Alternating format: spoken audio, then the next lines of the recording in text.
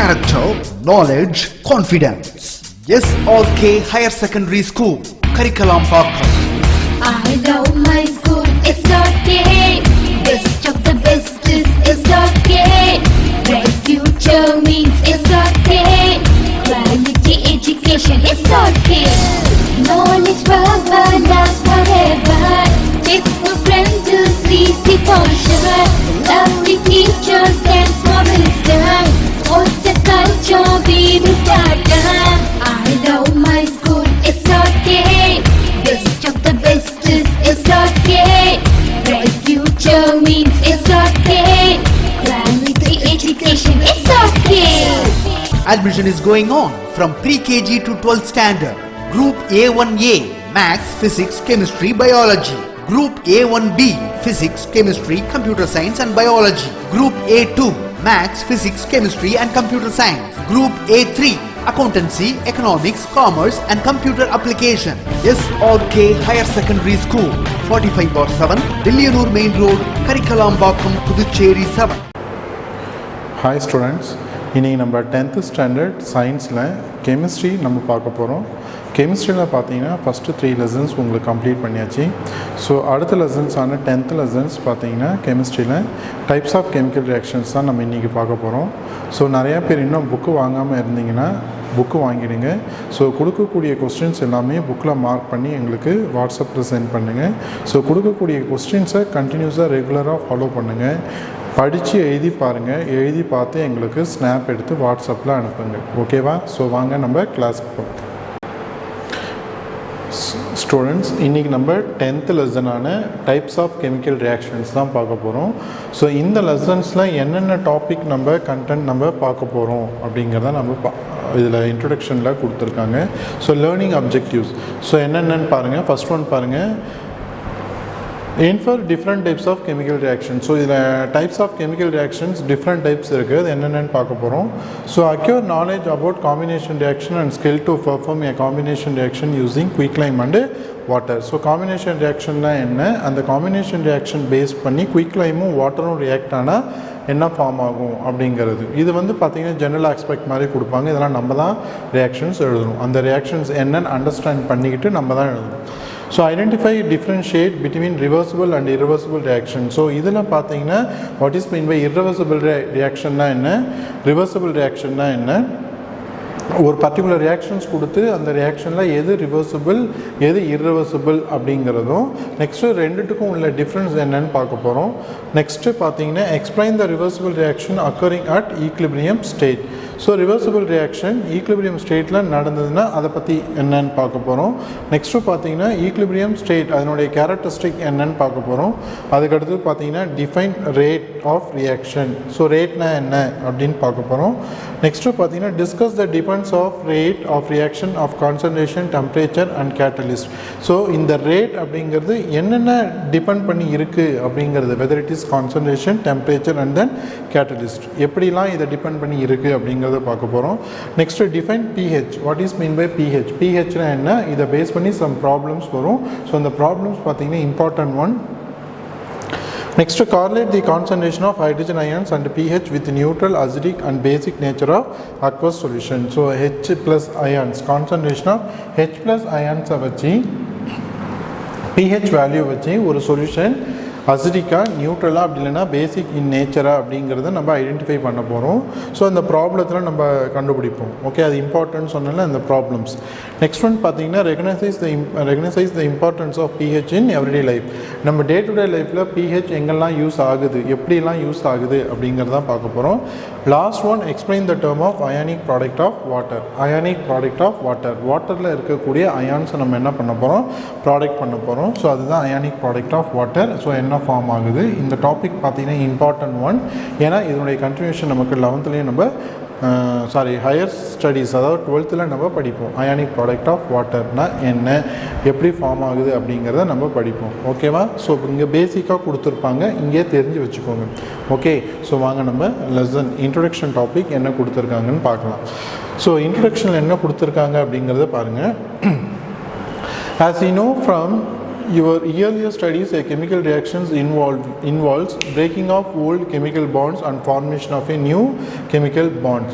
நம்ம லோயர் கிளாஸில் நம்ம படிச்சிருப்போம் கெமிக்கல் ரியாக்ஷன்ஸ் அப்படிங்கிறது என்ன அப்படிங்கிறது பார்த்தீங்கன்னா என்ன கொடுத்துருக்காங்க, கெமிக்கல் ரியாக்ஷன்ஸ்னால் என்ன, கெமிக்கல் ரியாக்ஷன்ஸில் என்ன நடக்கும் அப்படின்னு பார்த்தீங்கன்னா ஒரு காம்பவுண்ட்ஸில், அதாவது கெமிக்கல் ரியாக்ஷன்ஸ் அப்படின்னா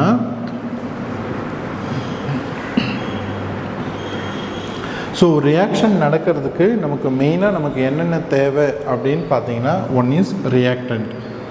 ஓகேவா, நமக்கு என்ன தேவை அப்படின்னு பார்த்தீங்கன்னா ரியாக்டன்ட் தேவை. ரியாக்டன்ட் இருந்தால் தான் அந்த ரியாக்ஷன்ஸே நடக்கும். ஓகேவா, ஸோ ரியாக்டன்ட்லேருந்து நமக்கு என்ன கிடைக்கும் அப்படின்னு பார்த்தீங்கன்னா ப்ராடக்ட்ஸ். ஃபார் எக்ஸாம்பிள் பார்த்தீங்கன்னா இங்கே ரியாக்டன்ட் அப்படிங்கிறது பார்த்தீங்கன்னா A + B அப்படிங்கிற 2 ரியாக்டன்ட் நான் எடுத்துக்கிறேன். ஸோ இந்த 2 ரியாக்டண்ட்டும் எனக்கு ரியாக்ட் ஆனால் தான் எனக்கு என்ன கிடைக்கும் பார்த்தீங்கன்னா ப்ராடக்ட் C + D அப்படிங்கிற ஒரு நியூ காம்பவுண்ட் ஃபார்ம் ஆகும். ஸோ அந்த நியூ காம்பவுண்டை தான் நம்ம என்னென்னு சொல்கிறோம்னு பார்த்தீங்கன்னா ப்ராடக்ட்னு சொல்கிறோம். புரியுதா? ஸோ இப்போ ரியாக்டன்ட் மட்டும் இருந்தால் போதுமா, எனக்கு ப்ராடக்ட் கிடைச்சிடுமா அப்படின்னு சொன்னால் சம் ரியாக்ஷன்ஸ் பார்த்தீங்கன்னா 2 ரியாக்டன்ட்ஸும் ரியாக்ட் ஆகி நமக்கு ப்ராடக்ட் கிடைக்கும்.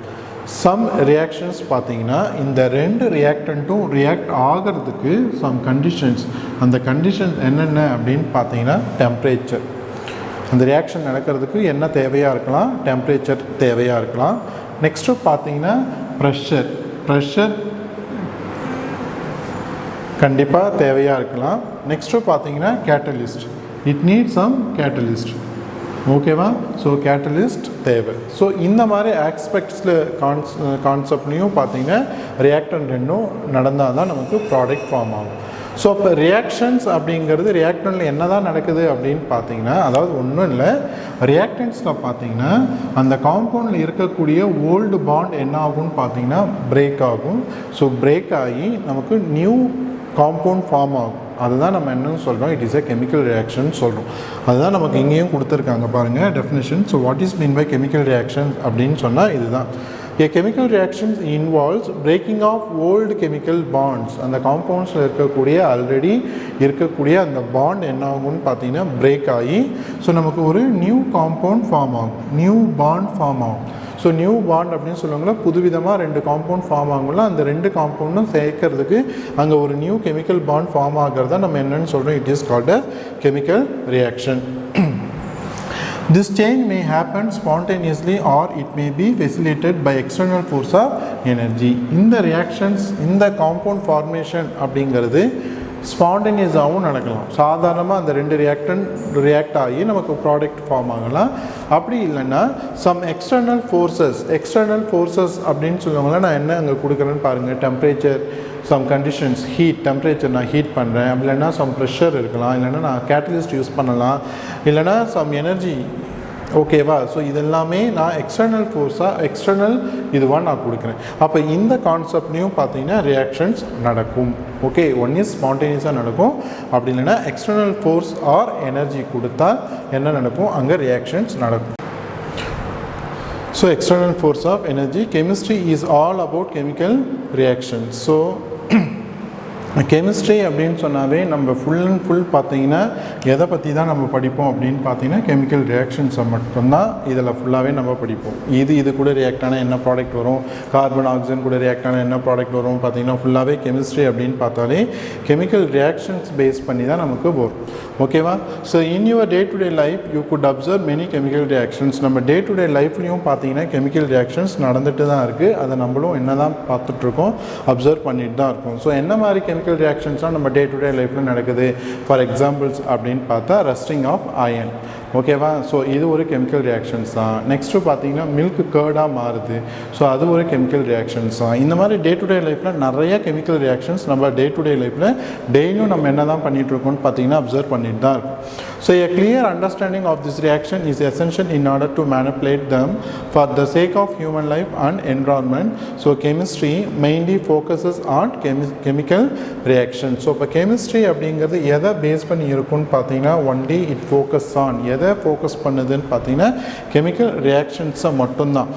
let us try to find out the answer for the following question. Some questions கொடுத்திருக்காங்க என்னன்னு பாருங்க. You need energy to play, walk, run or to perform various physical activities. Where do you get the energy from? So நம்ம day to day லைஃப்பில் இதுக்கு எல்லாத்துக்குமே பார்த்தீங்கன்னா compulsory energy தேவை. ஓகேவா? நம்ம விளையாடுறதுக்கும் எனர்ஜி தேவை, நடக்கிறதுக்கும் எனர்ஜி தேவை, ஓடுறதுக்கும் எனர்ஜி தேவை. அது மட்டும் இல்லாமல் சம் ஃபிசிக்கல் ஆக்டிவிட்டீஸ், எக்ஸசைஸாக இருக்கட்டும், எது நம்ம அந்த ஃபிசிக்கல் ஆக்டிவிட்டீஸ் அப்படிங்கிறது எல்லாமே வந்துடும். ஸோ அந்த ஃபிசிக்கல் ஆக்டிவிட்டீஸ் பண்ணுறதுக்கும் கண்டிப்பாக அப்படிங்கிறது எனர்ஜி தேவை. அந்த எனர்ஜி எங்கேருந்து வருது அப்படின்னு கொஸ்டின் கேட்குறாங்க. ஸோ இப்போ எதுலேருந்து கிடைக்குதுன்னு பார்த்தீங்கன்னா அந்த எனர்ஜி நம்ம சாப்பிடக்கூடிய ஃபுட்டிலேருந்து தான் கிடைக்குது. ஓகே, ஃபுட்டிலேருந்து தான் நமக்கு என்ன கிடைக்குதுன்னு பார்த்தீங்கன்னா குளுக்கோஸ் கிடைக்குது. அதுதான் நம்ம எனர்ஜி. ஓகேவா? ஸோ நெக்ஸ்ட்டு பாருங்கள், how to plants grow and get there food. So plants பார்த்தீங்கன்னா எப்படி வளருது, அந்த பிளான்ட்ஸுக்கு பார்த்தீங்கன்னா ஃபுட் அப்படிங்கிறது எங்கேருந்து கிடைக்குது. ஓகேவா? So next, how does A car move using fuel. ஓகேவா? நம்ம யூஸ் பண்ணக்கூடிய ஃபியூவல், காருக்கு யூஸ் பண்ணக்கூடிய ஃபியூவல்லேருந்து எப்படி கார் மூவ் ஆகுது.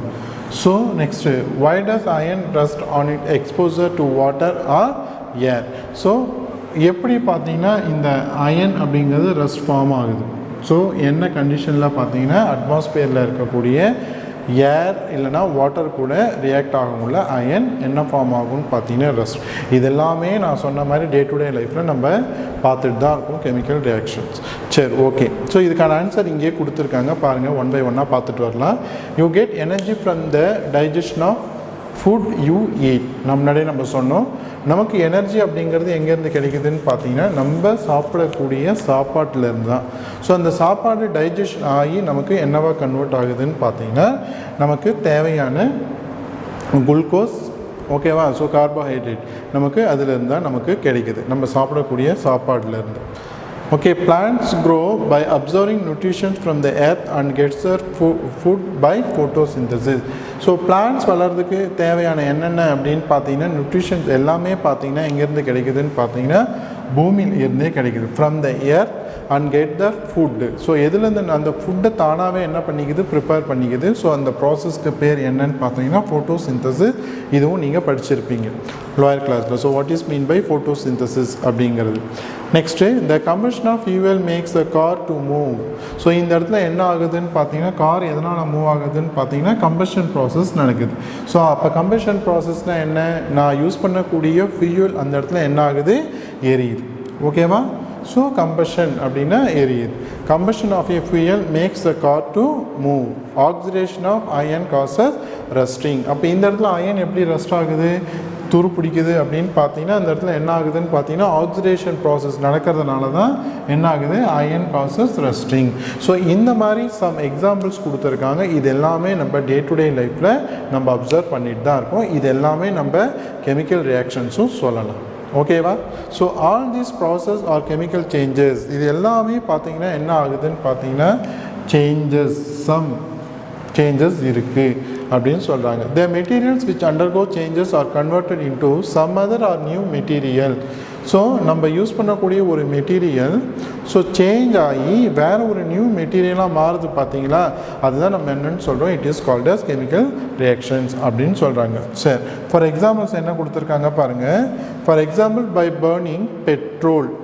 ஓகேவா? நான் பெட்ரோலை என்ன பண்ணுறேன், பர்னிங் எரிக்கிறேன். So the hydrocarbon present in it are converted into carbon dioxide and water.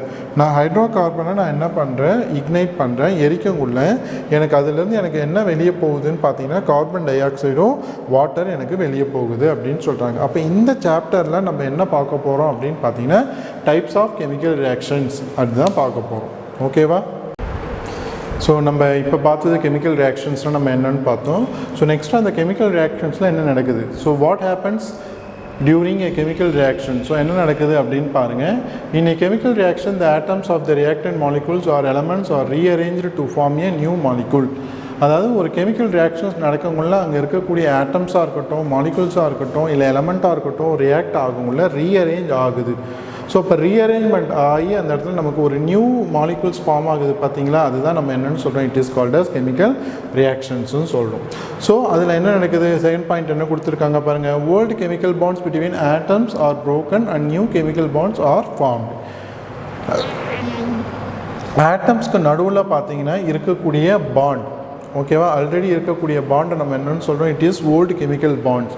அந்த கெமிக்கல் பாண்ட் பிரேக் ஆகி நமக்கு என்ன ஃபார்ம் ஆகுதுன்னு பார்த்தீங்கன்னா நியூ கெமிக்கல் பாண்ட் ஃபார்ம் ஆகுதுன்னு சொல்கிறாங்க.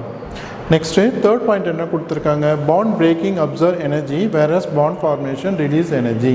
ஸோ அந்த பாண்ட் பிரேக் ஆகும்போது அந்த இடத்துல பார்த்தீங்கன்னா சம் அமௌண்ட் ஆஃப் எனர்ஜி கண்டிப்பாக தேவை. அப்போ எனர்ஜி அப்சர்வ் பண்ணுது. ஸோ எனர்ஜி அப்சர்வ் பண்ணி அந்த பாண்டை பிரேக் பண்ணி new formation of bond chemical bond form ஆகக்குள்ள அந்த எனர்ஜி என்ன பண்ணுதுன்னு பார்த்தீங்கன்னா இந்த இடத்துல ரிலீஸ் பண்ணுது. ஸோ இப்போ இதுதான் இந்த 3 கான்செப்ட் தான் பார்த்தீங்கன்னா கெமிக்கல் ரியாக்ஷன்ஸ் நடக்கக்குள்ள நடக்குது. என்னென்னு பார்த்தீங்கன்னா ஒன் இஸ் ரீஅரேஞ்ச்மெண்ட், ஓகேவா, ரீஅரேஞ்ச்மெண்ட் எலமெண்ட்ஸ்குள்ளே நல்ல மாலிகுல்ஸ்குள்ளே அப்படின்னு சொல்லக்குள்ள என்ன ஆகுதுன்னு பார்த்தீங்கன்னா ரீஅரேஞ்ச் ஆகுது. ரீஅரேஞ்ச்மெண்ட் ஆகும்போது அந்த இடத்துல நியூ மாலிகுல்ஸ் ஃபார்ம் ஆகுது. செகண்ட் பார்த்தீங்கன்னா old chemical bonds are broken, a new chemical bonds are formed. Old பழைய கெமிக்கல் பாண்ட் என்ன ஆகுது, பிரேக் ஆகுது, அந்த இடத்துல நியூ கெமிக்கல் பாண்ட் ஃபார்ம் ஆகுது. Second point. So third point என்ன சொல்கிறாங்க, bond breaking absorb energy. So bond break ஆகும்ல எனர்ஜி அப்சர்வ் பண்ணுது. ஸோ பாண்ட் ஃபார்ம் ஆகும்ல இந்த இடத்துல என்ன ஆகுது பார்த்தீங்கன்னா எனர்ஜி ரிலீஸ் பண்ணுதுன்னு சொல்கிறாங்க. ஓகே, இது வந்து பார்த்தீங்கன்னா இம்பார்ட்டன்ட் ஒன். ஓகே, இதை பார்த்துக்கோங்க. Next one, how are chemical reactions represented. So எப்படி ஒரு கெமிக்கல் ரியாக்ஷன்ஸை நம்ம ரெப்ரசன்ட் பண்ண முடியும். So for examples,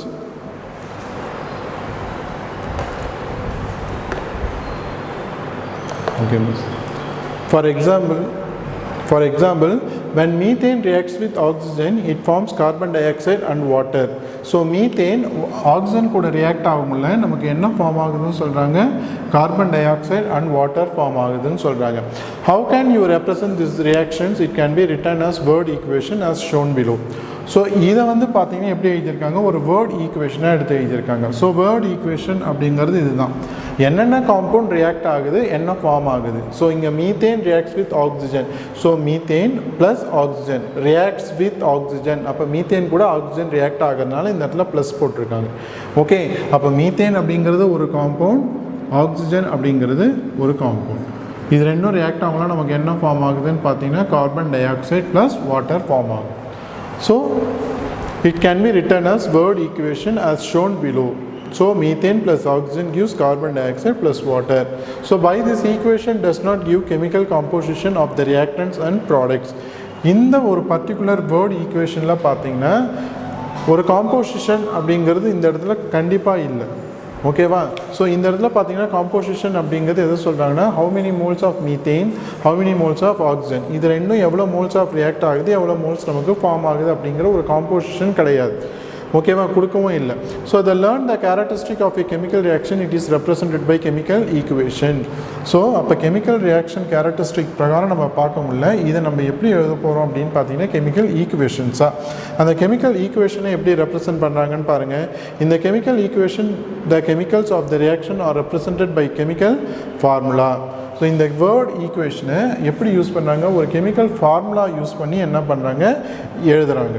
The compounds are elements which undergoes reactions. Reactions அப்படிங்கிறது என்ன கொடுத்துருக்காங்க பாருங்கள் ப்ராக்கெட்டில், reactants as shown to the left of an arrow and the compounds formed product are shown to the right of the arrow. அப்போ ஒரு reactions நம்ம எழுதணும் அப்படின்னு சொன்னால் இதில் உங்களுக்கு எது ரியாக்டன்ட் எது ப்ராடக்ட்னு கம்பல்சரியாக தெரியும். பாருங்கள், மீத்தேனும் ஆக்சிஜனும் ரியாக்ட் ஆகுது, நமக்கு carbon dioxide water form ஆகுதுன்னு சொல்கிறாங்க. அப்போ லெஃப்ட் ஹேண்ட் சைடில் இருக்கக்கூடியது பார்த்தீங்கன்னா என்னவாக இருக்கும் அப்படின்னு பார்த்தீங்கன்னா இட் இஸ் ஏ ரியாக்டன்ட். அப்போ இதுதான் ரியாக்டன்ட், மீத்தேனும் ஆக்சிஜனும் நமக்கு ரியாக்டன்ட். இது ரெண்டும் ரியாக்ட் ஆகி நமக்கு என்ன ஃபார்ம் ஆகுது, கார்பன் டை ஆக்சைடும் வாட்டரும். அப்போ இது வந்து என்னவாக இருக்கும், ப்ராடக்ட். அப்போ ஏரோ மார்க் இன் பிட்வீன் நடுவில் பார்த்தீங்கன்னா ஏரோ மார்க் யூஸ் பண்ணுறோம். அப்போ ஏரோ மார்க் வச்சு பார்க்கணும்ல, லெஃப்ட் ஹேண்ட் சைடில் இருக்கக்கூடியது ரியாக்டன்ட், ரைட் ஹேண்ட் சைடில் இருக்கக்கூடியது ப்ராடக்ட் அப்படிங்கிறத நம்ம இங்கே கொடுத்துருக்காங்க. The arrow indicates the direction of the reaction. Thus aforesaid reactions can be written as follows. அப்போ இந்த இடத்துல ஏரோ மார்க் அப்படிங்கிறது பார்த்தீங்கன்னா எதை ரெப்ரசன்ட் பண்ணுதுன்னு பார்த்தீங்கன்னா எது ரெண்டும் ரியாக்ட் ஆகுது அப்படிங்கிறதையே அந்த ஏரோ மார்க்கை பார்த்தே நம்மளால் ஈஸியாக என்ன பண்ண முடியும், சொல்ல முடியும். It move towards product side பார்த்து தான் அந்த ஹெட் இருக்குது. அப்போ இது ரெண்டும் ரியாக்ட் ஆனால் தான் நமக்கு இது ரெண்டும் ப்ராடக்ட் நமக்கு ஃபார்ம் ஆகும். அப்போ இது ரெண்டு தான் ரியாக்டண்ட்டாக இருக்கும். ஓகேவா? ஸோ இப்போ ஏரோ மார்க்கை நான் இந்த டைரக்ஷனில் போட்டேன்னு சொன்னால் இதில் எது ரியாக்டண்ட்டாக இருக்கும்? இது ரெண்டும் ரியாக்டண்ட்டாக இருக்கும். இது வந்து என்னவாக இருக்கும்? ப்ராடக்டாக இருக்கும். ரிவர்சிபிள் இரிவர்சிபிள் ரியாக்ஷன்ஸில் ஏரோ மார்க்கை இந்த மாதிரி போட்டிருப்பாங்க. ஒரு இடத்துல இந்த மாதிரி போட்டிருப்பாங்க, இந்த இடத்துல போட்டிருப்பாங்க. டபுள் ஹெட்டட் ஏரோ மார்க் அப்படின்னு சொல்லுவாங்க அந்த ஏரோ மார்க்குக்கு. ஸோ அதை நம்ம பின்னாடி படிக்கலாம். ஓகே, ஸோ இப்போ ரியாக்ஷன்ஸை இந்த இடத்துல என்ன பண்ணியிருக்காங்க? வேர்ட் ஈக்குவேஷனை என்னவா மாற்றிருக்காங்க? ஃபார்முலா பேஸ் பண்ணி மாற்றிருக்காங்க அந்த ஈக்குவேஷன். அப்போ மீத்தேன் அப்படின்னு சொல்லுவாங்களோ அதுக்கு ஃபார்முலா என்ன? CH4. ஆக்சிஜன் அப்படின்னு சொல்லுவாங்களோ அதுக்கு O2. So carbon dioxide formula CO2. So வாட்டரோட ஃபார்முலா H2O. ஓகேவா? ஸோ இப்போ கார்பன் ஆக்சிஜன் கூட ரியாக்ட் ஆன கார்பன் டை ஆக்சைடும் ஹைட்ரஜன் ஆக்சிஜன் கூட ரியாக்ட் ஆன வாட்டர் ஃபார்ம் ஆகும். ஓகேவா? So, but this is also an incomplete chemical equation because the law of conservation of matter states that matter cannot be created or destroyed. So, this is the incomplete chemical equation. This is incomplete chemical equation. Law of conservation அது basically பார்த்தா matter என்ன பண்ண முடியாது, matter cannot be created or destroyed. So, அது உருவாக்கவும் முடியாது, அதே சமயத்தில் அழிக்கவும் முடியாது. ஓகேவா? You cannot create a new matter by chemical reaction. In contrast, they are different arranged in different ways by a chemical reaction from a new compound. So, chemical reactions பொறுத்த வரைக்கும் நம்ம இங்கே எடுத்துக்கக்கூடிய ரியாக்டன்ட்ல இருந்து தான் நமக்கு ஒரு நியூ காம்பவுண்ட் ஃபார்ம் ஆகுமே தவிர, ஸோ இதுலேருந்து வேற ஒரு காம்பவுண்ட், புதுசாக ஒரு காம்பவுண்ட், வேற ஒரு காம்பவுண்ட், நியூ ஆட்டம்ஸ் இருக்கக்கூடிய காம்பவுண்ட் ஃபார்ம் ஆகும்போது கண்டிப்பாக ஃபார்ம் ஆகாது. ஃபார் எக்ஸாம்பிள் பாருங்க, இங்கே CH4+O2, அதாவது இங்கே CH4 plus ஆக்சிஜன் அப்படின்னு சொல்லும்போது இந்த கார்பன் ஹைட்ரஜன் ஆக்சிஜன் இதை பேஸ் பண்ணி தான் நமக்கு இந்த ப்ராடக்ட்ல இருக்கு பாருங்க. Carbon di oxide CO2 plus H2.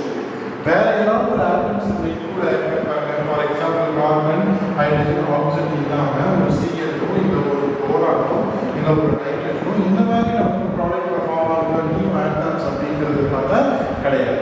அப்போ இந்த இடத்துல என்ன ஆகுது அப்படின்னு பார்த்தா இந்த ஆட்டம்ஸ் உள்ளேயே என்ன ஆகுதுன்னு பார்த்தீங்கன்னா ரீஅரேஞ்ச்மெண்ட் நடக்குது. ஓகேவா? ஸோ ரீஅரேஞ்ச்மெண்ட் ஆகி நமக்கு ஃபார்ம் ஆகுது பார்த்தீங்கன்னா அதுதான் நம்ம என்னன்னு சொல்கிறோம், அதுதான் நம்ம ப்ராடக்ட்னு சொல்கிறோம். பாருங்க, இதுக்கு மீனிங் இதுதான் கொடுத்துருக்காங்க. You cannot create new atoms by chemical reactions. Chemical reactions மூலிமா நம்மளால நியூ ஆட்டம் என்ன பண்ண முடியாது, கிரியேட் பண்ண முடியாது. So in contrast they are rearranged in different way. Rearrangement அப்படிங்கிறது என்ன ஆகுது? ரீஅரேஞ்ச் ஆகுதுன்னா நமக்கு என்ன ஃபார்ம் ஆகுதுன்னு பார்த்தீங்கன்னா கார்பன் டை ஆக்சைடும் வாட்டரும் ஃபார்ம் ஆகும். இந்த கார்பன் ஹைட்ரஜன் ஆக்சிஜனுக்குள்ளேயே என்ன ஆகுது பார்த்தீங்கன்னா ஆட்டம்ஸ் ரீஅரேஞ்ச் ஆகும். ரீஅரேஞ்ச் ஆகி நமக்கு நியூ காம்பவுண்ட் ஃபார்ம் ஆகுது பார்த்தீங்க. ஸோ இதுதான் நம்ம என்னன்னு சொல்லி கெமிக்கல் ஈக்குவேஷன். ஸோ அப்போ ரெண்டு சைடும் பாருங்க. ஸோ இந்த chemical equation the number of atoms of the reactant and that the product must be equal. அந்த ரெண்டு சைடும் பார்த்தீங்கன்னா ஆட்டம்ஸ் எப்படி இருக்கு பார்த்தீங்கன்னா ஈக்குவலாக தான் இருக்குது. That means carbon hydrogen oxygen, இங்கேயும் கார்பன் ஹைட்ரஜன் ஆக்சிஜன் இருக்குது, இதுலையும் பார்த்தீங்கன்னா கார்பன் ஹைட்ரஜன் ஆக்சிஜன் இருக்குது. ஆனால் இங்கே ப்ராடக்ட் சைட்லையும் ரியாக்டன்ட் சைட்லையும் இருக்கக்கூடிய ஆட்டம்ஸ் சைட்லையும் ஈக்குவலாக இருக்கா அப்படின்னு பார்த்தா ஈக்குவலாக இல்லை. புரியுதா? So in a chemical equation, the number of atoms of the reactant and that the product must be equal. The number of hydrogen and oxygen atoms in the reactant and the product are not equal. In the given equation, on balancing the number of atoms, the following equation can be obtained. So either of our equation CH4 plus O2 gives CO2 plus H2O. இந்த ரியாக்ஷன்ஸ்ல பாருங்க, ரெண்டு சைடும் அதாவது atoms பாருங்க ரெண்டு சைடும் சேமா இருக்கா அப்படிங்கிறது பாருங்க. ஸோ அதாவது கார்பன் இந்த சைடு ரியாக்டன்ட் சைடு 1 இருக்கு. ஸோ அங்கேயும் கார்பன் 1 இருக்கு. ஸோ கார்பன் ஈக்குவலாக இருக்கு. ஸோ ஹைட்ரஜன் பாருங்க இந்த இடத்துல 2 இருக்கு, அந்த சைடு ப்ராடக்ட் சைடு பார்த்தீங்கன்னா 2 தான் இருக்கு. ஸோ ஆக்சிஜன் பாருங்க இந்த சைடு இருக்கு, இங்கே 2 இருக்கு. ஸோ கார்பன் ஈக்குவலாக இருக்கு, ஆக்சிஜன் சேமா இருக்கு. ஆனால் ஹைட்ரஜன் ஈக்குவலாக இருக்கா அப்படின்னு பார்த்தா கம்பல்சரியாக இங்கே ஈக்குவலாக இல்லை. ஸோ இந்த ஹைட்ரஜன் நான் பேலன்ஸ் பண்ணுறதுக்கு என்ன பண்ணணும், ப்ராடக்ட் சைடு நான் 2 போட்டேன்னு சொன்னால் 2 2 4.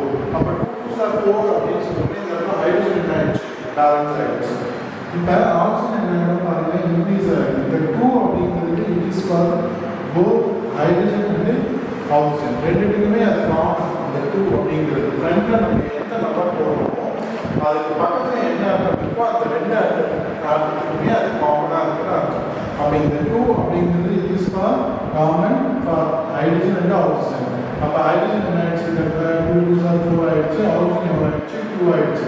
இந்த ஹைட்ரஜன் பேலன்ஸ் பண்ணுறதுக்கு இங்கே பாருங்க எதாவது போடலாம்னு பார்த்தா 2 2s are 4, இங்கே 4 தான் இருக்குது. ஸோ இப்போ ஆக்சிஜனை பாருங்க, இங்கே ஆல்ரெடி ஒரு 2 இருக்குது, இங்கே ஒரு 2 இருக்குது. அப்போ 2 + 2 4 ஆக்சிஜன் இருக்குது ப்ராடக்ட்டில். ஆனால் இங்கே ரியாக்டன்ட் சைடில் என்ன ஆக்சிஜன் இருக்குன்னா ஒன்லி 2 ஆக்சிஜன்.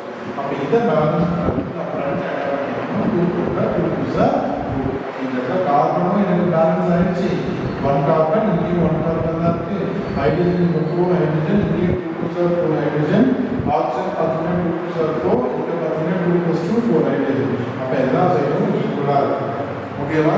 ஸோ இப்போ ஈக்குவலாக இருக்கிறதுனால தான் இந்த ஈக்குவேஷன் என்னன்னு சொல்கிறோம், இட்ஸ் a balanced equation அப்படின்னு சொல்கிறோம். ஸோ இதுக்கு பார்த்தீங்கன்னா சம் இன்ஃபர்மேஷன் இன்னமும் பார்த்தீங்கன்னா கொடுக்கணும்.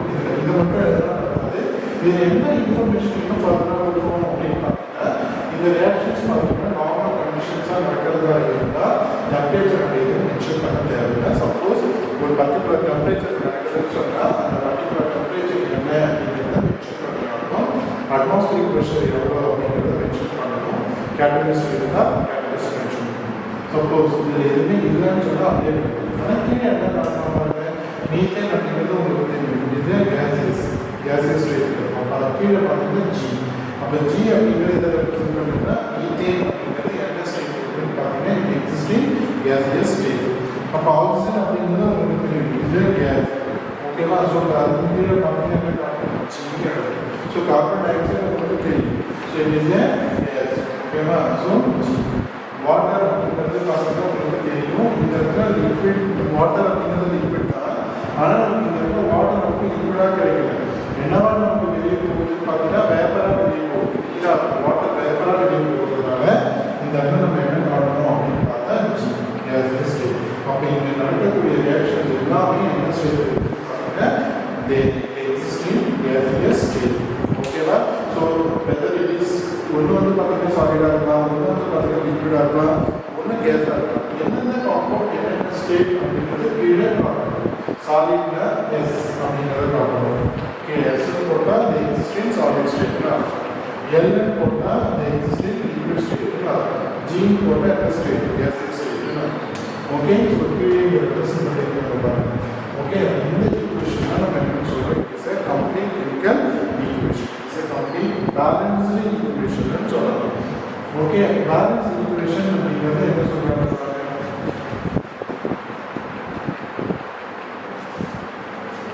A balanced chemical equation is a simplified representation of a chemical reaction which describes the chemical composition, physical state of the reactant and the products and the reaction condition. ஒரு balanced equation இருந்துச்சுன்னு சொன்னால் அந்த equation எப்படி இருக்கணும் அப்படின்னு பார்த்தீங்கன்னா it is a simplified representation of chemical reaction. Simplified representation அப்படின்னு சொன்னால் இந்த மாதிரி ஃபார்முலாவா இருக்கணும். ஓகேவா? which describes the chemical composition. So அந்த balanced equation பார்த்தீங்கன்னா அந்த ஆட்டம்ஸ் பார்த்தீங்கன்னா ரியாக்டன்ட் சைடாக இருக்கட்டும் இல்லை ப்ராடக்ட் சைடாக இருக்கட்டும் ரெண்டு சைடு எப்படி இருக்கணும், they must be equal. and then physical state of the mention பண்ணிருக்கணும். ரியாக்டன்ட் இருக்கட்டும் இல்லை ப்ராடக்டாக இருக்கட்டும், physical state of the reactant and the product. ரியாக்டன்ட்டையும் காட்டணும், ப்ராடக்ட் சைடும் காட்டணும். and the reaction condition. some reaction condition அப்படிங்கிறது இங்கே எதை சொல்கிறாங்கன்னு பார்த்தீங்கன்னா என்னவா இருக்கலாம் அப்படின்னு பார்த்தா டெம்பரேச்சராக இருக்கலாம், நெக்ஸ்ட் ப்ரெஷராக இருக்கலாம், நெக்ஸ்ட் கேட்டலிஸ்டாக இருக்கும். இந்த மாதிரி எந்த கண்டிஷன் ஏதாவது இருக்குதுன்னு சொன்னால் அதை என்ன பண்ணணும், ஏதோ பார்க்கணும், அதை நம்ம ரெப்ரசென்ட் பண்ணணும். ஓகேவா? ஓகே ஸ்டூடெண்ட்ஸ், என்னுடைய கண்டினியூஷன் நம்ம நெக்ஸ்ட் கிளாஸில் பார்க்கலாம். நான் திரும்பவும் சொல்கிறேன், புக்கு இன்னும் யார் யார் வாங்காமல் இருக்கீங்களோ புக்கு வாங்குங்க. புக்கு வாங்கி இந்த கிளாஸை நீங்கள் அப்சர்வ் பண்ணுறதுல உங்களுக்கு ஈஸியாக இன்னும் கான்செப்ட் புரியும். புக்கு இல்லாமல் நீங்கள் படிச்சீங்க அப்படின்னு சொன்னால் ஏதோ ஓரளவு புரிஞ்ச மாதிரி தான் கையில் புக்கு இருக்குல்ல, இன்னும் ஈஸியாக உங்களுக்கு அண்டர்ஸ்டாண்ட் ஆகும். சொல்லக்கூடிய இம்பார்ட்டன்ட் கொஸ்டின், இம்பார்ட்டன்ட் லைன் இந்த மாதிரி இருக்கிறதெல்லாம் மார்க் பண்ணி படிங்க. ஓகே? Thank you students. பாய்.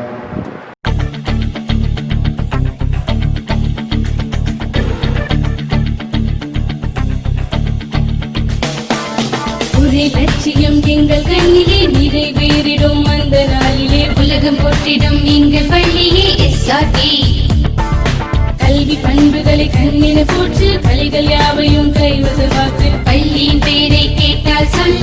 SRK. IIT, MBBS இன தேர்வையான போது மோதி வென்றிடு. ஒரே லட்சியம் எங்கள் கண்ணிலே நிறைவேறிடும் அந்த நாளிலே உலகம் போற்றிடும் எங்கள் பள்ளியே SRK. கல்வி பண்புகளை கண்ணென போற்று கலைகள் யாவையும் கைவசமாக்கு பள்ளியின் பேரை கேட்டால் சொல்லு SRK. Admission is going on from pre-KG to 12th standard. Group A1A, Maths, Physics, Chemistry, Biology. Group A1B, Physics, Chemistry, Computer Science and Biology. Group A2, Maths, Physics, Chemistry and Computer Science. Group A3, Accountancy, Economics, Commerce and Computer Application. SRK Higher Secondary School, 45/7, Dillianur Main Road, Karikalambakkam, Puducherry 7.